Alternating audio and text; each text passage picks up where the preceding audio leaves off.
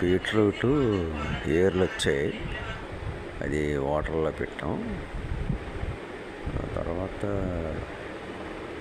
Roots వచ్చేసాయి. Roots వచ్చేసిన తర్వాత లీవ్స్ కూడా డెవలప్ అయిపోయాయి మీదన అప్పర్ లీవ్స్. అది చాలా కలర్ఫుల్గా వస్తుంది, నిజంగా చాలా బాగుంది. అనుకోలేదు ఎంత కలర్ఫుల్గా వస్తాయి అనుకోలేదు, కానీ చాలా చక్కగా డెవలప్ అయింది.